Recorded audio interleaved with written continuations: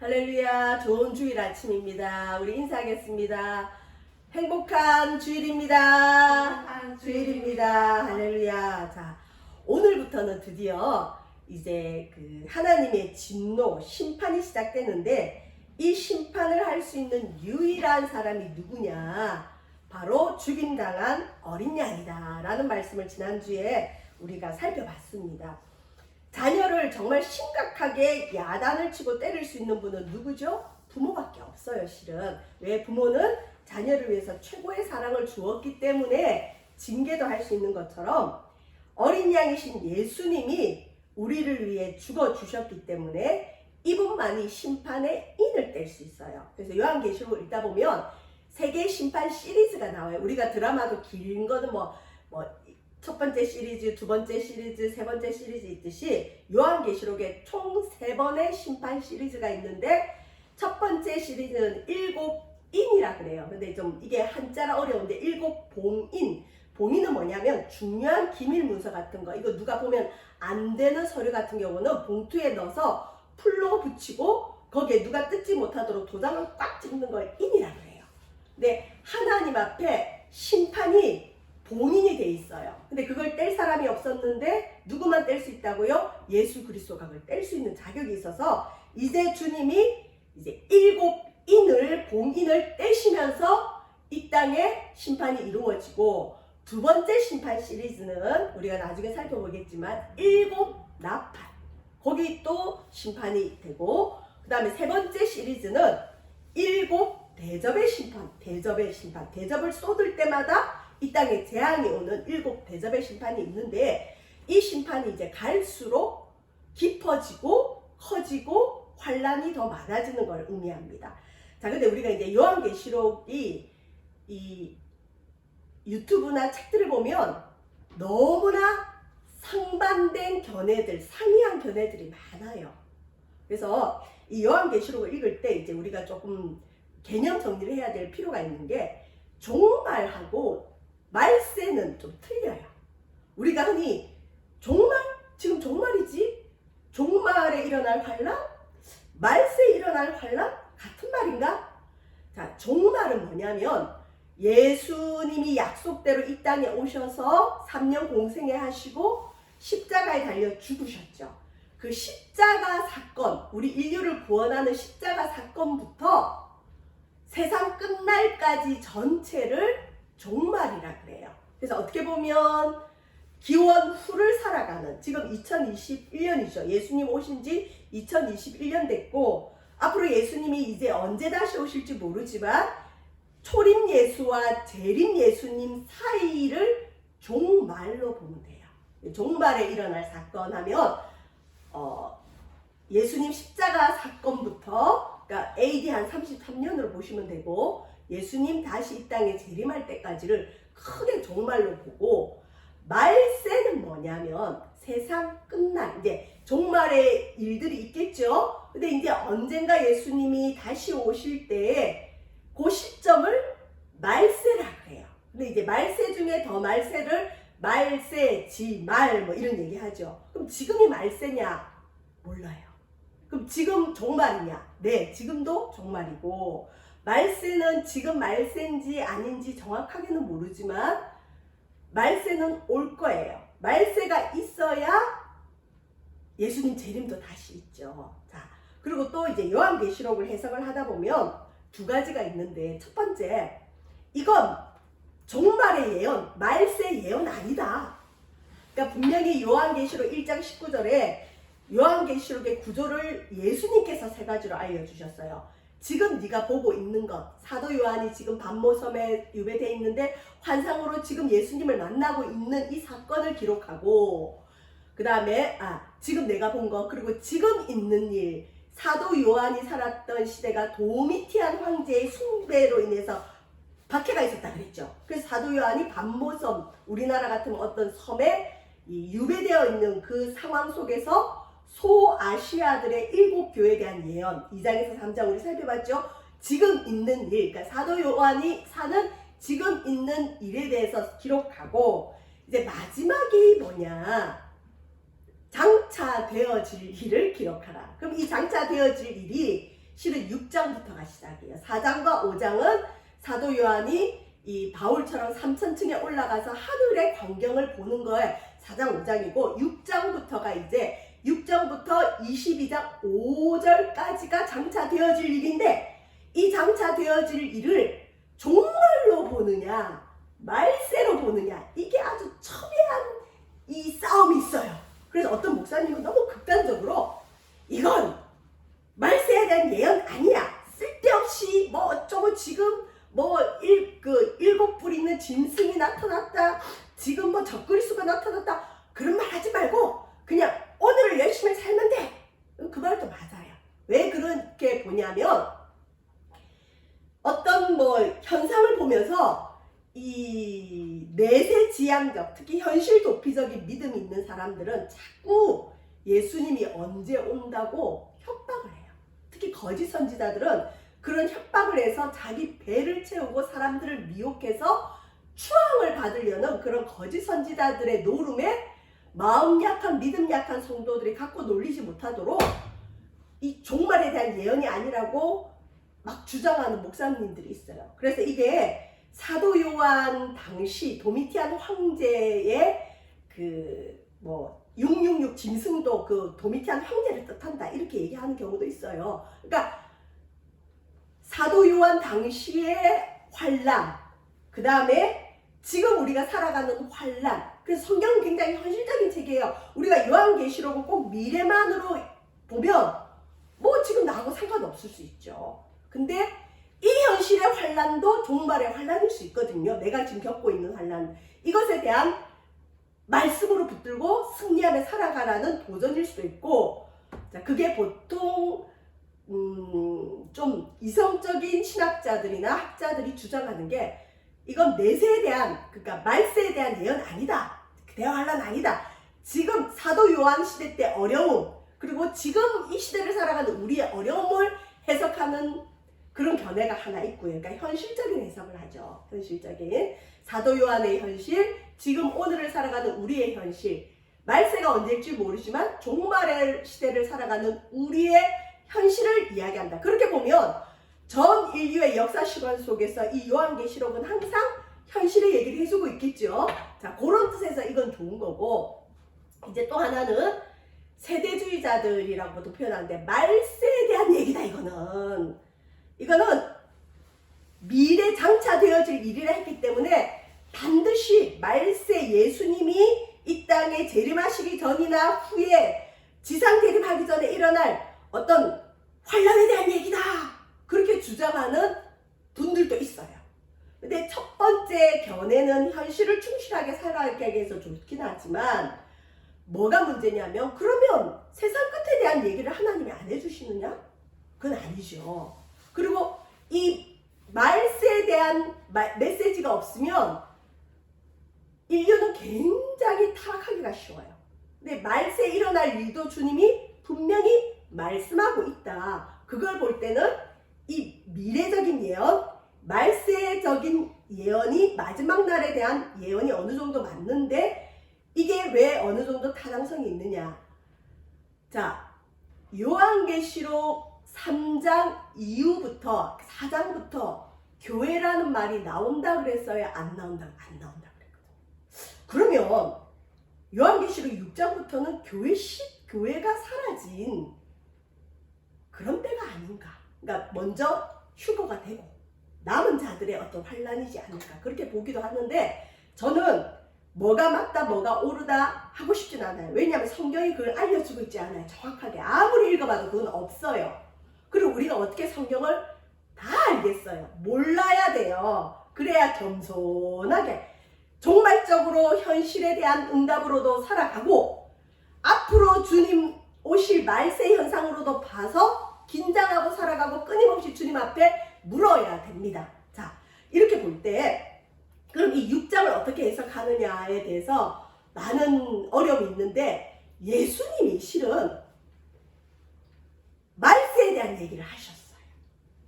마태복음 24장, 그 다음에 마가복음 13장, 누가복음 21장에 이 요한계시록 6장부터 22장 5절까지에 나오는 이 말세에 대한 예언을 예수님이 직접 하셔서 그 세 가지 책을 뭐라 그러냐? 소계시록이라 그래요. 이거는 대계시록, 분량이 엄청 많죠. 그런데 이거는 한 장짜리들로 마태복음 24장, 누가복음 21장, 마가복음 13장에 요걸 압축해갖고 예수님이 예언한 게 있어요. 그래서 오늘은 마태복음 24장을 근거해서 6장을 한번 살펴볼 텐데, 이걸 한 절 한 절 읽으면 상징들이 많고 뭐 내생물, 말들이 나오기 때문에 실은 집중력이 떨어지면 이거는 놓치는데, 자, 제가 지금부터 6장을 잘 설명해 줄 테니까 머릿속에 딱 넣어 두셨다가 나중에 6장을 한번 다시 읽어보세요. 이해가 될 거야. 6장을 딱 보면 사도 요한이 이제 청상에 올라갔죠. 이 주님이 보좌에 계신 하나님이 직접 말하는 게 별로 없어요. 우레소리 같이 말하고 내 생물들이 말하면서 뭐라 그러느냐? 오라 그러는 거예요. 그러면서 어린 양이 첫 번째 인을 떼세요. 그러니까 봉투가 총 7개인데 첫 번째 봉투에 이 인을 딱 떼면서 뜯는 거예요. 그래서 그 안에 심판이 나오는데 무슨 심판이냐? 첫 번째 인은 흰말이 나타나요. 흰말이 나타나고 그 흰말을 탄 자가 있어요. 이게 어딨냐? 2절에 나와요. 2절. 흰말이 나타나고 흰말을 탄 자가 있는데 그 흰말을 탄 자가 뭘 가지고 있느냐? 활을 가지고 있어. 활. 그리고 이 사람이 면류관을 쓰고 있고 이기고 또 이기려고 합니다. 그 다음에 두 번째 봉투를 딱 뜯었더니 이번에는 붉은 말이 나와요. 붉은 말. 붉은 말을 탄 자는 뭘 갖고 있느냐? 이 검을 갖고 있어요. 칼을 갖고 있어요. 그리고 이 검을 갖고 있는 이 사람이 화평을 제하고 서로 죽이게 하고, 셋째 봉투를 딱 뜯었더니 여기서는 또 뭐가 나타나느냐? 검은 말이 나와요. 검은 말 탄 자가 저울을 가지고 있어요. 넷째 인을 딱 봉투를 뜯었더니 청황생말. 여러분, 사람 죽은 시체가 점점점 썩을 때 푸르등등하게 새까맣게 약간 시퍼렇게 검은색으로 바뀌어요. 그걸 청황색이라 하는데, 청황색 말을 탄 자는 뭘 가지고 있느냐? 사망과 음부가 그 뒤를 따른다. 자, 보세요. 흰말은 성경에, 흰색은 요한계시록의 천국의 색이라 그랬죠. 그런데 여기에 흰말 탄 자가 갖고 있는 게 활을 갖고 있어요. 활. 자, 근데 이 활이 무기로 쓰려면 활만 있으면 돼요? 반드시 뭐가 있어야 돼요? 화살이 있어야 되죠. 근데 이 흰말 탄 자가 화살은 없어요. 활만 가지고 있는 거예요. 겁주려고. 나는 이런 무기 갖고 있어. 그리고 면류관을 썼는데, 이 면류관은 하나님께서 우리가 이 땅의 삶을 끝내고 주님 앞에 가면 이 땅에서 주를 위해서 일한 만큼 그 상급으로 면류관 주시는 그 면류관이 아니고, 그 옛날 그 그리스 신화에 나오면 신들 있죠. 그 신들, 뭐 아폴로 신, 제우스 신, 이런 사람들이, 이런 신들이 면류관을 써요. 그리고 뒤에 보면 마귀도 면류관 쓰는 게 있거든요. 그런 면류관이에요. 이 원어를 안 보면, 오? 면류관을 썼어? 천국을 상징하는 흰말을 가지고 있어? 활을 가지고 있어? 와, 이거는 하나님이다. 이건 예수님이다 볼 수 있는데, 자, 여러분, 고린도후서 11장에 보면 사단도 자기를 광명한 천사로 가장한대요. 이 땅의 거짓 선지자들도 참 선지자인 것처럼 사람들을 미혹한대요. 이건 요한계시록 19장에 보면 실제로 흰말 탄 자가 나와요. 우리 요한계시록 19장 한번 펴볼까요? 자, 요한계시록 19장에 보면 흰말 탄 자가, 백마 탄 자가 나오는데 11절 제가 읽어드릴게요. 11절 12절. 또 내가 하늘이 열린 것을 보니 보라, 백마와 그것을 탄 자가 있으니, 백마가 흰말이죠. 그걸 탄 자가 있으니 그 이름은 충신과 진실이라. 그가 공의로 심판하여 싸우더라. 그 눈은 불꽃 같고 그 머리에는 많은 관들이 있고 또 이름 쓴 것 하나가 있으니 자기밖에 아는 자가 없고 13절 또 그가 핏 뿌린 옷을 입었는데 그 이름은 하나님의 말씀이라 칭하더라. 누굴까요? 하나님 말씀의 옷을 입은 분 예수 그리스도. 그러니까 진짜 백마탄 자는 예수님인데 진짜 백마탄 자를 흉내내는 여기 보면 흰말을 탄 자가 나와요. 가짜죠. 흰말을 탔긴 탔는데 그래서 사람들이 와 좋은 거다. 흰 건 뭐죠? 천국의 색이고 성결을 뜻하고 거룩을 뜻해요. 승리를 뜻해요. 와 예수님인 것 같다 했는데 보니까 활을 가졌는데 화살은 없어. 능력이 없는 거예요. 면류관을 쓰긴 썼는데 하나님이 주신 면류관이 아니고 이 땅의 우상들이 자기 자랑하려고 쓰는 그런 마귀들이 쓰는 면류관. 누굴 뜻할까요? 적그리스도. 거짓 선지자. 자, 이 본문을 종말로 해석할 때는 예수님 십자가 사건부터 앞으로 말세가 오기 전까지 적그리스도들이 계속 나와요, 안 나와요? 나와요. 근데 속여요. 대단한 것처럼. 예수님인 것처럼. 그 사람들이 흰말 보고 우와 진짜 선지자다. 가짜죠. 그래서 마태복음 24장에는 주님이 뭐라 하셨느냐. 미혹을 받지 말라. 이단에 빠지는 건 미혹돼서 그래. 미혹은 뭐냐? 아름다울 미자에 혹한다. 아름답게 혹한. 여기 보면 흰말 탄 자 아름답잖아요. 혹하는 거예요. 근데 미혹당하는 사람들의 특징은 자기 잘못이에요. 마음에 회개하지 않은 죄, 상처도 죄예요. 상처를 갖고 있는 사람들이 대부분 이단에 빠져요. 왜냐하면 전통교회나 말씀은 하나님 주권에 순종하라 그래요. 내가 내 인생에 이해할 수 없는 일이 있어. 예를 들면 자녀가 죽은 분들이 대부분 그래요. 어릴 때 자녀를 잃은 분들. 왜 내 애가? 내 하나님 그렇게 잘 믿었는데 왜 갑자기 하나님이 내 애를 데려가셨느냐. 근데 교회에서는 장례식 때나 이후에도 그걸 물어보면 기도합시다. 하나님 뜻이겠죠. 그러니까 엄마로서는 이게 용납이 안 되는 거예요. 무슨 하나님 뜻이야? 왜 내 애를 데려가? 이 말은 궁극적으로 뭘까요? 내 인생의 주인은 나예요. 하나님은 데려갈 수도 있고 주실 수도 있죠. 이게 순복이 안 되는 거예요. 보통 그런 분들이 마음에 꼭 하고 있어요. 두고 보자. 하나님이 나한테 이룰 수 있어. 근데 보통 이런 분들이 마귀의 밥이 되기 좋아요. 자기 인생의 이 응어리를 못 풀어낸 거예요. 풀어야 돼요. 상처도 죄입니다. 근데 그때 이단들이 싹 다가오죠. 그러면서 그 아픈 데를 살살 긁어줘요. 교회는 어떻게 보면 똑똑 떨어지는 맛이 없어요. 요한계시록도 똑똑 못 떨어뜨려요, 여러분. 어떻게 우리 인간이 이 하나의 말씀 다 알겠어요? 우리 머리로 이해할 수 없는 부분이 분명히 있어요. 특별히 말세 얘기는 분명히 우리가 모르는 부분이 있을 거예요. 그걸 내가 다 알게 해주겠다? 잘못된 사람이죠. 똑 떨어지지 않아요. 근데 이단들은 보통 이단에 빠지는 분들이 머리가 좋고 이단의 교리를 만드는 사람들이 머리가 굉장히 좋아요. 그래서 어중간한 걸 안 남겨줘요. 딱 똑 떨어지게 교리를 설명해줘요. 교회는 똑 떨어지지 않는데 여기는 똑 떨어지네? 답을 주네? 미혹되는 거죠. 우리가 인생에서 알 수 있는 것은 아멘, 모르는 것은 주님의 뜻으로 남겨둬요.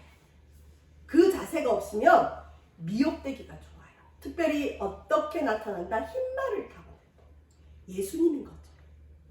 이게 첫 번째 인의 재앙이에요. 거짓 선지자에게 속는 거 재앙이에요. 심판이에요. 이미 심판인 거예요. 두 번째 인은 뭘까요? 붉은 말. 붉은색은 보통 뭘 뜻하죠? 예수님의 피 아니면 사람의 피죠. 피는 뭐가 있을 때 나오죠? 싸움이 있을 때 피 터지게 싸운다 그러죠. 붉은 말 탄 자가 나왔는데 이 자는 칼을 가지고 있더래요. 이건 뭐냐? 서로 죽이고 화평을 제하는 권세를 받았다. 자, 붉은 말은 전쟁을 상징하는데 이것도 그 탄 자가 하나님의 허락을 받아서, 그러니까 이 땅의 전쟁도 누가 허락해야 터진다? 하나님. 그래서 예수님 십자가 사건 이후로 말세 때까지 이 땅에 화평을 제하고 분쟁을 일으키고 살인하는 전쟁은 계속 있어 왔다? 아니다? 있어 왔죠. 그래서 아마 2차 대전, 세계대전, 1차 세계대전 때 그때 살았던 사람도 그럴 거예요. 예수님 다시 오시나 보다. 요한계시록 보면 이 화평을 제하는 게 나오잖아요. 근데 예수님 뭐 다시 오셨어요? 안 왔죠. 그러고 시간이 한참 지났어요. 지금 만약 우리나라에 또 전쟁이 터지면 야 이거 요한계시록에 정말이야 정말 예수님 다시 오셔. 아니죠. 언제지는 우리 몰라요. 분명한 건 몰라요. 그렇지만 말세 때 종말의 때는 전쟁이 일어난다. 세 번째 봉투를 뜯었는데 세 번째 이는 뭐냐? 검은 말이 나와요. 자, 첫 번째 머릿속에 꼭 집어넣으셔야 나중에 이해되는. 첫 번째는 무슨 말? 흰 말. 근데 재앙의 시작, 심판의 시작은 뭘로 시작할까요? 영적인 거. 거짓 선지자, 적그리스도. 그게 재앙의 시작이에요. 전쟁보다 더 심각한 재앙이고 전쟁보다 더 빨리 오는 재앙이 영적인 시험. 여러분, 저와 여러분 깨어있어야 될 줄 믿습니다. 자, 흰 말, 두 번째 붉은 말, 전쟁, 세 번째 검은 말. 근데 이 검은 말 탄자는 뭘 가지고 있다? 저울. 요즘은 저울이 변호사들 배지 보면 저울이 있어요. 근데 요즘 저울하고 옛날 저울 텐데 옛날에는 양식을 저울에 달아서 팔았는데 이거는 뭐냐면 기근, 흉년, 또 이런 얘기 있어요. 말세는 식량 전쟁이다. 우리 지금 쌀, 밀 이런 게 비싸지면 어떡하겠어요? 여기 보면 밀 한 대에 한 데나리온 이 말이 나오거든요. 이게 뭐냐면 한 데나리온은 마태복음 20장 20절에 보면 노동자가 아니면 병사들이 하루 일하는 일당이 한 데나리온이에요. 오늘날로 말하면 한 10만 원 내지 20만 원. 10만 원 내지 20만 원에 밀 한 대밖에 못 사요. 보리 석대를 10만 원 내지 20만 원밖에 못 사요. 근데 이거는 그 당시 시세로 볼 때 8배 내지 10배 폭리를 취하는 거예요. 그만큼 양식이 없다는 뜻이에요. 오늘날 20kg 쌀이 한 6만 원 하거든요. 근데 이게 10배 뛰었다 생각을 해서 20kg 쌀을 60만 원 주고 사서 먹어야 돼요. 그러면 이게 양식의 값이 어마어마하게 높이 뛰는 거죠. 그런데 재밌는 거예요. 나중에 읽어보면 아시겠지만 감람유와 포도주는 해치지 말라. 기름, 이 음식의 맛을 내는 기름과 그 물 대신 먹는 포도주는 건드리지 마라.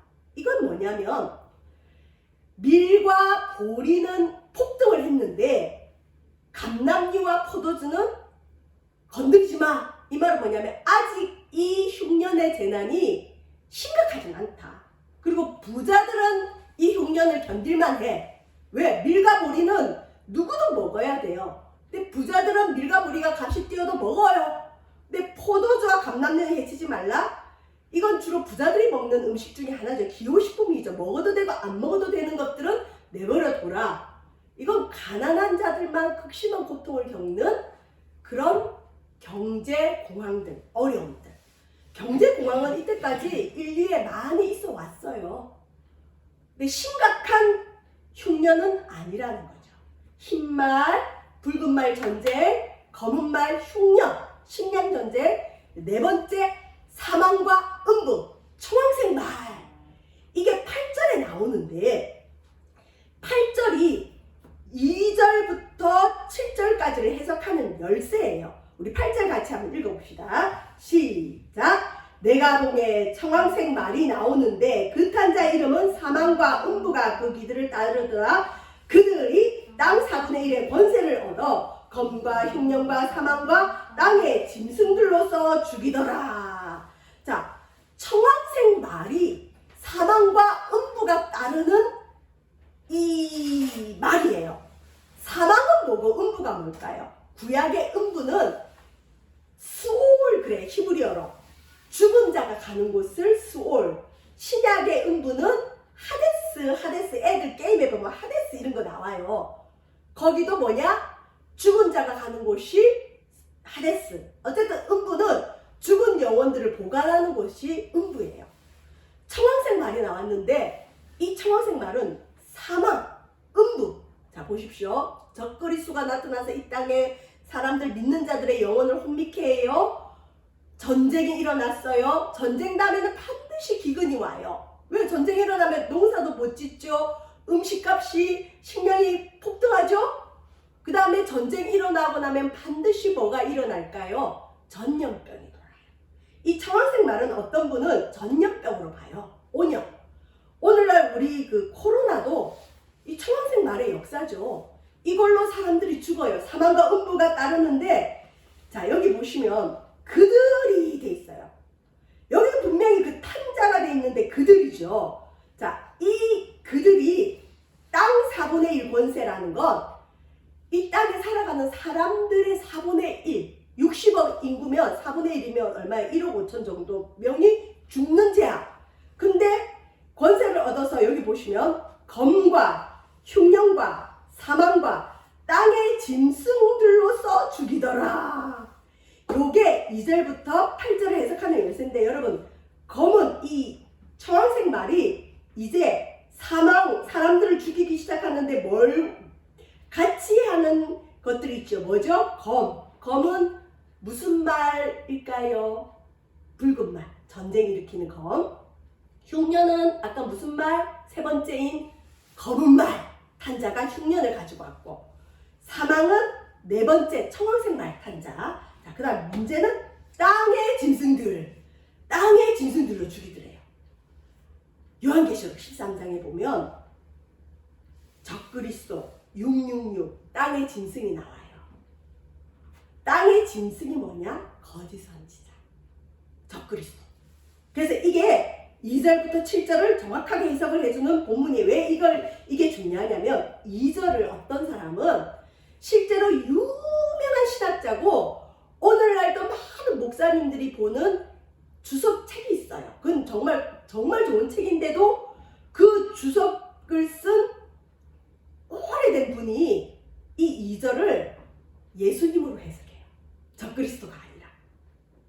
왜냐하면 이 땅에 예수님이 말세가 오기 전에 복음이 전 세계에 전파되어야 되리라는 말씀이 있거든요. 마태복음. 그 말씀에 꽂히셔가지고 이런 재난이 오기 전에 복음이 한번 이 전 세계를 휩쓴다라고 해석을 하는 사람들이 있어요. 그래서 유튜브를 보거나 여러 가지 설교를 들을 때 어떤 분은 그래요. 지금 다시 붕이 일어나고 있습니다. 그러면서 요 말을 인용하는 분들이 있어요. 아니에요. 본문은 우리가 이단들은 요 말씀 하나만 따갖고 와요. 근데 정통교회나 정말 하나님의 말씀을 제대로 알려면 문맥에서 해석을 해야 되는데 보통 본문 안에 답이 있어요. 8절에 보면 여기 보시면 붉은 말 둘째인 나오죠. 흉년 셋째인 검은 말 나오죠. 사망 넷째인 청황색 말 나오죠. 근데 첫째가 없죠. 첫째가 뭘까요? 땅의 짐승. 땅의 짐승은 뭐라고요? 저기 계시록 13장에 보면 적그리스도 거짓 선지자. 그렇게 볼 때 2절은 절대 예수님을 상징하는 게 아니라 뭘 뜻한다? 거짓 선지자, 적그리스도. 어떤 분이 물어볼 수 있어요. 야, 그 흰말은 예수님 상징하는 거야. 뭐라고 하는 거야? 아니에요. 고를 때 8절을 읽어주세요. 요 땅에 짐승으로 나와 있지 않느냐. 그리고 여기 보시면 이자가 멸류관을 받고 나아가서 2절에 보시면 이기고 또 이기려고 하더라. 여러분, 예수님은 이긴 분이에요? 이기려고 하는 분이에요? 이긴 분. 십자가에서 이미 이기셨어요. 근데 이 마귀는, 적그리스도는, 거짓 선지자는 이기려고 하는데 이길까요? 못 이길까요? 못 이겨요. 그러니까 이건 예수님 아니죠. 우리 하나님은 이긴 분이지 이기려고 하더라 아닌 거죠. 그래서 이거는 땅의 짐승 적그리스도를 의미한다. 자, 총 7개의 봉투가 있었는데 첫 번째부터 네 번째까지 뜯었죠. 자, 저를 한번 보세요. 첫 번째 봉투에는 뭐가 나왔죠? 흰말 탄자. 자, 흰말 탄자가 가지고 있는 게 뭐죠? 활. 근데 뭐는 없다? 화살. 그러니까 속이는 거죠. 거짓인 거죠. 또 멸류관 받았죠. 근데 이자가 하는 일은 이기려고 하더라. 못 이겼다는 얘기예요. 적그리스도의 출현이 첫 번째 심판. 두 번째 인을 뗐더니 무슨 말이 나왔죠? 붉은 말. 붉은색은 피죠. 전쟁을 생각하면 돼요. 이자가 가진 게 뭐라고요? 칼, 화평을 제하고 서로 죽이게 하는. 근데 이것도 하나님의 허락을 받고 세 번째 봉투를 뜯었더니 무슨 말이 나왔다? 검은색 말. 검은색은 흉년. 저울을 가지고 와 있는데 한 데나니올에 밀 한 대요, 한 데나니올에 보리 석대로다. 감람니와 포도주나 해치지 말라. 이건 극심한 흉년은 아니고 가난한 자들에게 좀 심각한 흉년이 시작됐다. 네 번째 인을 뗐는데 이 네 번째가 결정적으로 사망의 권세를 가진 청황색 말인데 이 청황색 말이 이제 복수로 검과 흉년과 그 다음에 사망과 온역, 전염병과 땅의 짐승들로서 이 땅의 4분의 1의 사람들을 죽이는 역사가 심판의 시작인 거예요. 자, 이렇게 네 가지 인을 뗐는데 이 네 가지 인이 마태복음 24장에 그대로 나와요. 마태복음 24장 5절에 보면 미혹되지 말라. 미혹은 누가 하는 일이죠? 적그리스도. 그 다음 마태복음 24장 7절에 보면 나라가 나라를 대적하여 일어나겠고, 나라가 나라를 대적하는 건 뭐가 일어난다는 거예요? 전쟁. 그래서 붉은 말. 그 다음에 5절과 6절 보면 24장 5절과 6절에 보면 7절에 보면 곳곳에 기근이 일어난다. 이거는 세 번째 인인 무슨 말요? 검은 말. 식량 전쟁이 일어난다. 예수님 말씀하셨고, 그 다음에 넷째인 청황색 말이 사망과 음부가 일어난다. 이러면서 땅의 4분의 1, 땅에 있는 사람 4분의 1이 이제 죽는데, 자, 그 다음에 마태복음 24장 8절을 한번 찾아볼까요? 마태복음 24장. 이 요한계시록 6장은 마태복음 24장과 함께 읽으시면 예수님이 얘기한 것과 정말 딱 떨어져요. 자, 24장 우리 생각하시면서, 자, 마태복음 24장 3절 같이 읽어봅시다. 시작. 예수께서 감난산 위에 앉으셨을 때 제자들이 조용히 와서 이르되 우리에게 이르소서 어느 때 이런 일이 있겠사오며 또 주의 임하심과 세상 끝에는 무슨 징조가 있사오리까. 여기가 이 문제인 거예요. 정말이면 제자들이 주의 임하심과 세상 끝을 안 물었겠죠. 이건 말세 얘기죠. 그러니까 예수님이 말세를 물어보니까 이 얘기를 해주신 거예요. 그러니까 이거는 말세라고도 못하겠고 종말이라고도 못하겠어요. 그러니까 두 개 다 보시면 돼요. 자, 근데 여기서 예수님은 말세의 징조 중에 4절 읽어볼까요? 시작. 예수께서 대답하여 이르시되 너희가 사람의 미혹을 받지 않도록 주의하라. 5절. 많은 사람이 내 이름으로 와서 이르되 나는 그리스도라 하여 많은 사람을 미혹하리라. 이거는 첫 번째 인을 뗐을 때 못한 자, 흰말 탄 자, 적그리스도. 자, 그 다음에 7절 읽어봅시다. 시작. 민족이 민족을, 나라가 나라를 대적하여 일어나겠고, 여기까지가 붉은 말 둘째인 전쟁. 곳곳에 뭐가 있으리니? 기근이 있으리니, 지진이 있으리니. 이건 세 번째 말, 검은 말, 흉년. 자, 그렇지만 이 모든 것은 뭐라고요? 재난의 시작이다. 이게 말세의 재난의 시작이라. 이런 일들이 일어나면 말세가 이제 시작인가 보다. 여러분, 이제까지 흉년이 있었어요? 없었어요? 있었어요. 전쟁 있었죠. 적그리스도 있었죠. 사람들이 까다없이 전염병에 죽는 일이 있었어요. 재난의 시작이에요. 자, 이 재난의 시작 다음에 뭐냐 9절 읽어볼까요? 시작. 그때 사람들이 너희를 환난에 넘겨주겠으며 너희를 죽이려니 너희가 내 이름 때문에 모든 민족에게 미움을 받으리라. 박해가 일어난다는 얘기예요. 이걸 왜 보냐면 이제 5째 봉투를 딱 뜯었는데 5번째 인을 뗐는데 무슨 일이 벌어지느냐. 이제는 말이 나오는 게 아니고요. 하나님의 말씀과 그들이 가진 증거로 말미암아 죽임을 당한 영혼들, 순교자들이 하나님의 제단 아래에 있으면서 하나님께 호소를 하는 거예요. 뭐라고 호소하느냐?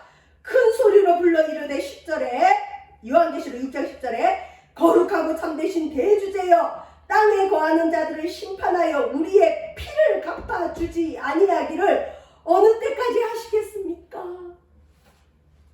1제 봉인부터 4봉인이 뜯어지면서 적그리스도, 전쟁, 흉년, 전염병으로 많은 사람들이 또 죽고, 아까 마태복음에 보면 예수님이 너희가 환난에 넘겨지겠고 어려움을 겪을 것이다 믿는 자들이 순교를 당한 것 같아요.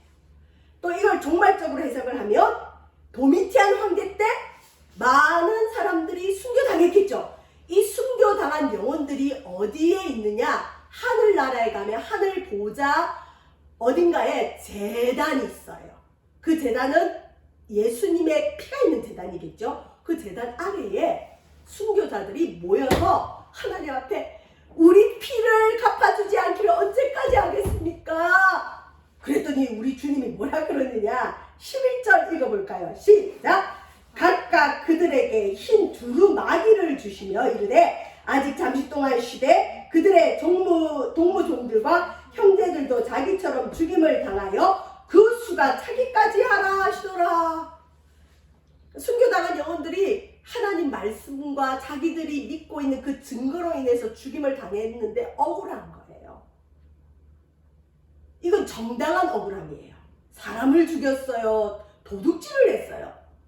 오직 하나님, 창조주 하나님과 어린 양을 믿은 죄 때문에 죽임을 당하니까 하늘나라 가서도 정당하게 호소할 수 있는 거예요. 하나님께. 하나님, 우리의 억울함을 언제까지 안 풀어주시겠습니까? 했더니 주님이 흰 두루마기를 주셨어요. 여기 보면 흰색은 어디의 색깔? 천국의 색깔. 흰 두루마기는 뭘 뜻할까요? 옷!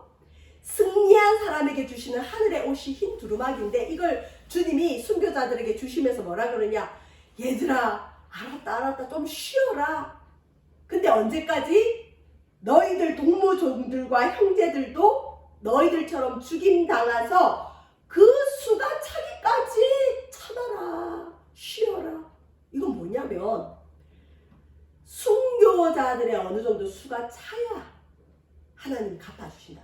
이걸 잘못 해석을 해서 이거 위험해요. 이 본문에 꽂혀서 이단들이나 이슬람들이 자살 테러. 야, 순교자의 수가 차면 이 땅에 종말이 와. 순교자의 수가 차면 예수님 다시 오셔. 그래서 우리는 순교자의 수를 채워야 된다. 순교자 수를 채우기 위해서 폭탄 가지고 자살 테러하는 거예요. 절대 그런 말 아니에요. 이건 뭐냐? 하나님을 믿는 자들의 수가 어느 정도 차야 되는데 이 하나님을 믿는 자의 수가 계시록 오늘 6장이죠? 7장에 나와요. 14만 4천. 자, 14만 4천은 이렇게 보시면 돼요. 구약에 믿는 백성들을 이스라엘 12지파라고 얘기하죠. 왜냐하면 구약의 모든 사람은 이스라엘 12지파 안에 다 들어가요. 야곱의 12아들 이름. 그래서 구약의 구단이라 그랬죠. 외우라 그랬죠. 자, 12지파. 구약의 성도를 12. 신약의 예수님의 제자가 몇 명이에요? 12. 거기서 모든 믿는 자들이 나왔죠. 그래서 신약의 성도를 12. 12 곱하기 12를 하면 144가 돼요. 그리고 천은 많다. 우리 뭐 요즘 억만장자, 백만장자 이런 얘기하죠. 그건 셀 수 없이 많다. 이 당시에 천이라는 숫자가 많다를 뜻해요. 그러면 구약의 성도, 신약의 성도가 많이 구원받는 수가 14만 4천. 지금 신천지나 이단들이 하는 14만 4천을 채우기 위해서 막 난리를 부리잖아요. 그거 아니라는 거죠. 구약의 구원받은 성도, 신약의 구원받은 성도가 많다. 그 숫자가 채워질 때까지 너희들 좀 참아라. 그래서 요한계시록 7장에 보면 구원받은 14만 4천이 나와요. 자, 무슨 말인지 알겠죠? 이제 여섯째 인이 떼지는데 이제 여섯째 인이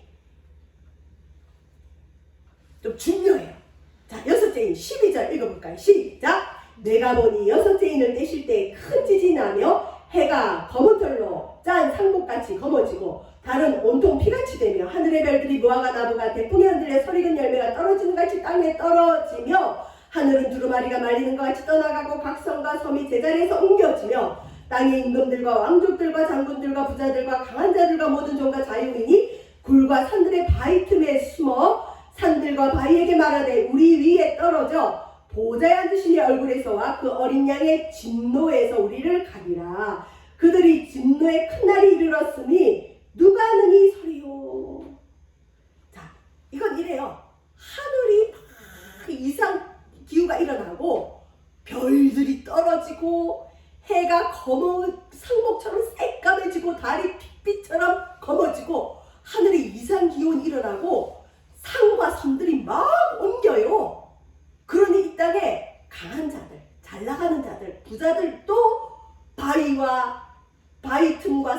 숨고, 그 다음에 가난한 자들, 종들도 굴과 산들 사이에 숨으면서 뭐라고 얘기하느냐. 16절에 산들과 바위에게 말하면서 뭐라 그러냐.